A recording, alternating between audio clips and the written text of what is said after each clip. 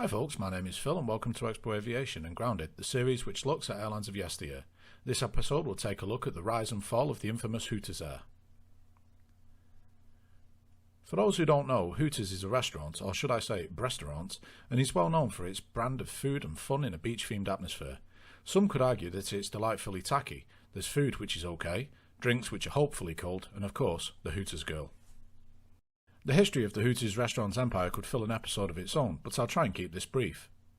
Hooters Inc. was incorporated in Clearwater, Florida on April 1st, 1983 by 6 local businessmen. The date was chosen as an April Fool's Day joke, as the 6 men believed that their project was going to fail. This first restaurant opened its doors on the 4th of October 1983. There was also a separate Hooters of America Incorporated. This was a company which had acquired the franchising rights to the original Hooters name and trademark. They were an Atlanta-based consortium led by Robert H. Brooks, a man who had made his fortune in the food business, having founded a salad dressing and condiment company, Naturally Fresh Foods, in 1967. Brooks had founded Hooters of America Incorporated in 1984 when he acquired the franchising and expansion rights to Hooters and expanded the fledgling restaurant chain from a few dozen restaurants in Florida to over 400 restaurants worldwide. At the age of 66, Robert H. Brooks retired to Myrtle Beach, South Carolina, and passed control of Hooters of America to his son, Colby. Despite his retirement, Brooks would continue to visit the Atlanta Hooters headquarters every week. In early 2002, Brooks was unhappy that Myrtle Beach had lost its direct air service to Atlanta and decided to go into the airline business himself. Initially, Brooks had planned on acquiring the bankrupt Vanguard Airlines. They were an airline based in Kansas City which operated 15 aircraft, and after amassing debts of over $80 million had ceased operations at the end of July 2002. Allegedly, Brooks offered a paltry $400,000 for the airline, which the board had considered derisory and rejected, with the airline being liquidated shortly after. After a bit more searching, Brooks found Pace Airlines. They were based in North Carolina and had previously undergone several changes in ownership, and at the time were a charter airline that specialised in executive flights for sports teams. Brooks acquired Pace in December 2002, and straight away there was speculation about there being a Hooters airline forming. Brooks stated that Pace's current operations would continue as normal, and that any new Hooters Air service would be operated separately. In early 2003, Brooks announced the formation of his Hooters Air service. This would be headquartered in Myrtle Beach, however the airline operations centre would remain at Pace headquarters in Salem, North Carolina. The announcement said that Hooters Air would just use one aircraft from the Pace Airlines fleet, and that this would be used on golf charters to Myrtle Beach. By the time of the official launch in March, the plan had changed again, with the airline having a fleet of 2 Boeing 737-200s, with a 300 series to join the fleet that July.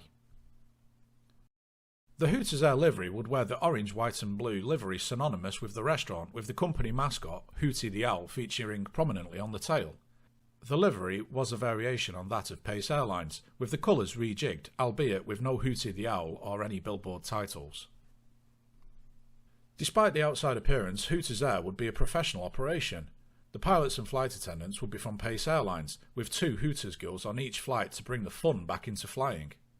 They wouldn't be able to do anything safety critical or even push the drinks trolley, so they were pretty much limited to playing trivia games with the passengers and selling a variety of Hooters merchandise. They were indeed genuine Hooters girls, who also worked in the restaurants, and according to an interview with Business Insider, a round trip could be an 11-hour workday, but they enjoyed the variation from working in the restaurant back on the ground. At a time when other US airlines were cutting back on in-flight frills, Hooters were adding more and more. Complimentary meals were served on flights longer than an hour, and by removing several rows of seats, the airline was able to offer much more legroom throughout, 34 inches in fact. In keeping with the golf theme, there was no business or economy class cabins, just one single club class, with 3 abreast seating throughout. Sorry. On March 6, 2003, a VIP flight left Myrtle Beach bound for Atlanta, where the aircraft would pick up the first Hooters Air passengers for their flight back to Myrtle Beach. There was a small ceremony on the ground at Atlanta which involved cake and, of course, Hooters' famous chicken wings. The chicken wings were an issue for the airline, as a lot of passengers expected the restaurant's trademark wings on board. However, Federal Aviation Administration regulations forbade the cooking of food on board, plus the existing aircraft ovens were unsuitable for this. The first destination served by Hooters Air was Atlanta and Newark, with Baltimore, Washington following a few weeks later. Throughout 2003, the airline mainly specialised in golf packages, bringing folks in for a round at one of Myrtle Beach's many golf courses. However, they did also sell flight-only tickets too. Their airfares were fairly cheap, especially considering the lack of competition. The introductory fare for trips taken before May was $99, with the regular one-way ticket costing $129 plus tax. Hooters didn't have any extra stipulations on its tickets. There was no Saturday night stay restrictions on any return tickets, nor did they charge exorbitant fees to make changes to reservations, both of which was something that the legacy carriers were still doing back then.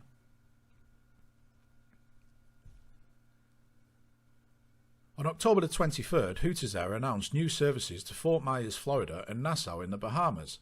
These flights would begin that December. Mid-November saw the introduction of their fourth aircraft, a Boeing 757-200. Hooters Air held an open house event for the media to come and check out the latest addition to their fleet, which took place at Myrtle Beach Airport. This aircraft was soon pressed into service in time for the busy Thanksgiving holiday period. The larger 757 had 198 seats and longer legs, so it could potentially allow the airline to serve the West Coast non-stop. On December 18th, the first flights to Nassau, Fort Myers and Columbus-Rickenbacker Airport took place, with the Buckeye State being a sneakily added destination following the October announcement. May 2004 would see Hooters Air receive its fifth aircraft, another Boeing 737-300. The 300 series was slightly larger than the 200 series, with 132 seats compared to 112 in the older sibling. The 737-300 was also more efficient than the 200, which was becoming increasingly important as the cost of fuel had already nearly doubled since the launch of the airline the year before. This latest edition was just in time for the busy Memorial Day weekend and would help the airline in its latest round of expansion. June the 10th saw the introduction of flights to Gary, Indiana, which was touted as Gary Chicago Airport, bringing Hooters Air to the Windy City, sort of. During August 2004, another Boeing 737-300 was delivered, making it the sixth aircraft to join the Hooters Air fleet. December 2004 would see some big news from Hooters Air, as the airline announced that it was going to open a base in Rockford, Illinois, becoming the airline's first base away from Myrtle Beach. The new Greater Rockford Airport base would begin operating from January 2005 and serve the new destinations of Denver and Las Vegas. Myrtle Beach would be served too, 3 times a week on a flight via Atlanta. At the same time as that announcement, the airline also revealed separately that Hooters Air would begin flying between Myrtle Beach and Pittsburgh from the end of February 2005 to, quote, just in time for the golf season. The start of 2005 was very promising. There was of course the new base in Rockford, Illinois, but further expansion was announced.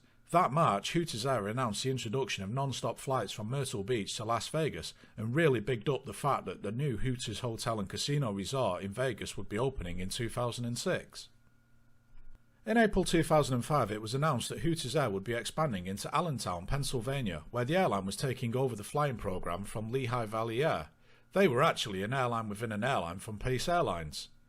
Given that Lehigh Valley Air, Hooters Air and Pace Airlines were all the same, there wouldn't have been much of a change other than the revised livery and the addition of the Hooters girls on board. It was at this time another Boeing 737 joined Hooters Air, bringing the combined fleet to 7 aircraft. The new destinations served from Allentown were Myrtle Beach, Fort Lauderdale and Clearwater, St. Petersburg, home of the original Hooters restaurant. Orlando would soon be added to the ever-growing list of destinations, with McCoy Airport being served twice per week from Allentown and on Saturdays from Myrtle Beach. A new non-stop flight from Myrtle Beach to Rockford was announced at the same time, meaning passengers no longer needed to connect in Atlanta. In August 2005, Hooters Air announced that they were launching services from Scranton, Pennsylvania from October 28th, with non-stop flights to Orlando, Fort Lauderdale and St. Petersburg. At the same time, the airline announced additional flights to St. Petersburg from Columbus, Gary and Rockford. Hooters Air had had a good summer season, and things seemed to be going well. The airline was making plans to reduce its services at Myrtle Beach over the quieter winter months when they made a shock announcement.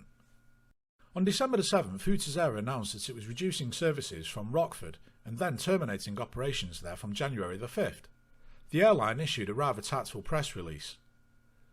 With the current market conditions, Hooters Air will shift some of our assets from scheduled service to charter service, said Hooters Air President Mark Peterson. It was not helpful that the Rockford Airport Authority provided revenue guarantees with public funds to a competing carrier on a route that we have been operating. This latter part was in response to the airport authorities providing $2.5 million in incentives and revenue guarantees to United Airlines to operate services between Rockford and Denver against the existing Hooters Air service. Shortly afterward, on December 14th, Hooters Air announced its seasonal schedule adjustments. The airline would reduce the number of flights between Myrtle Beach and Baltimore, Columbus, Gary, Pittsburgh, Nassau, Newark and Las Vegas until March 2006. This was perfectly normal and was the third year where Hooters Air had done this. The airline had also said in the press release that based on the current level of bookings they expected a strong spring season for Myrtle Beach.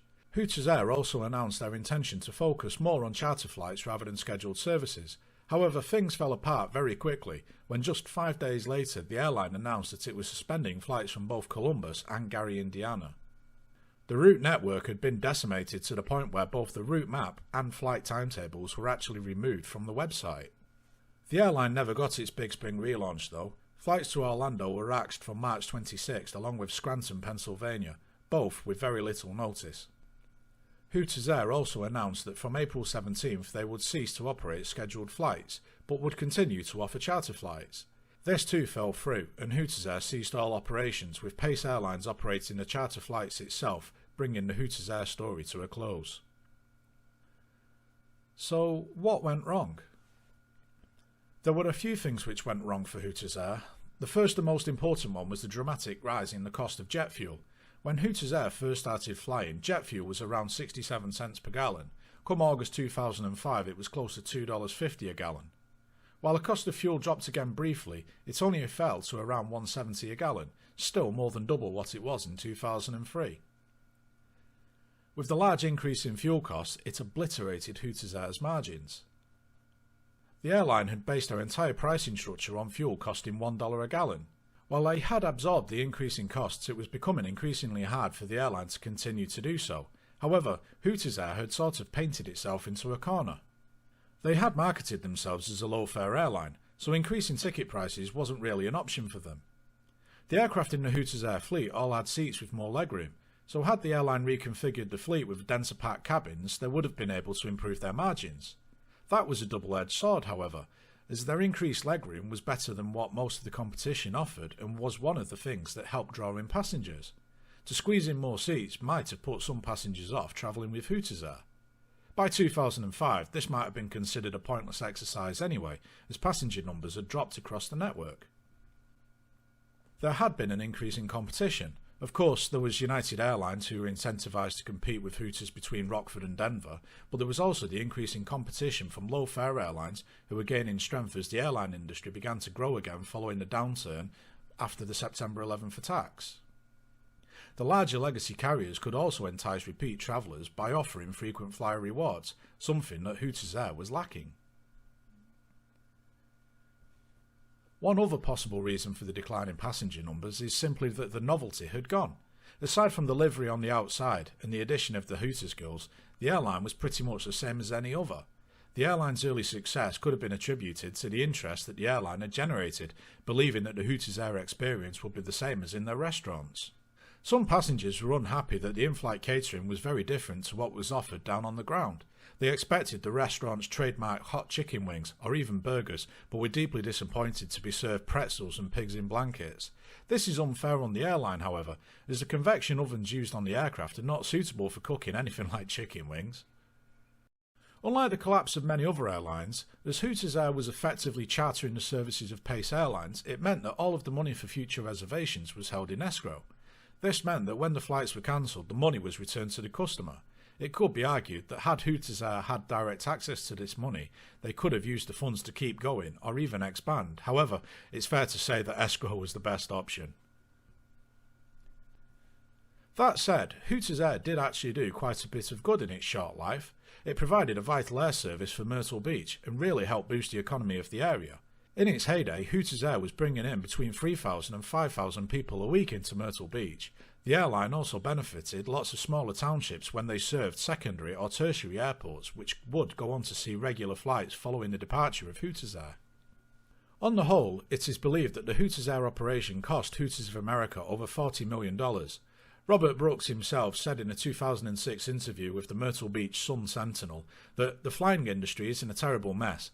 I've got a fair amount of money, but I don't have enough to fix this animal. Now I think the best thing we can do is basically put it to bed, at least right now, until the industry changes.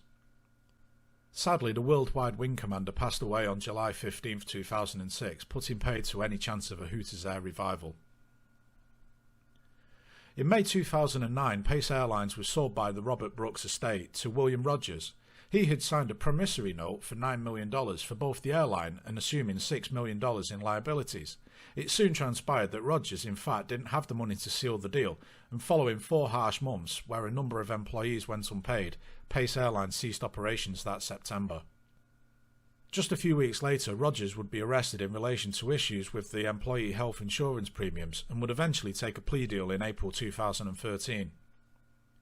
Now, following on from Hooters Air, a new airline sprung up at Myrtle Beach called Direct Air. They ended up having a massive fraud case with serial jail time, but that is definitely a story for another day. Until next time, thank you for watching.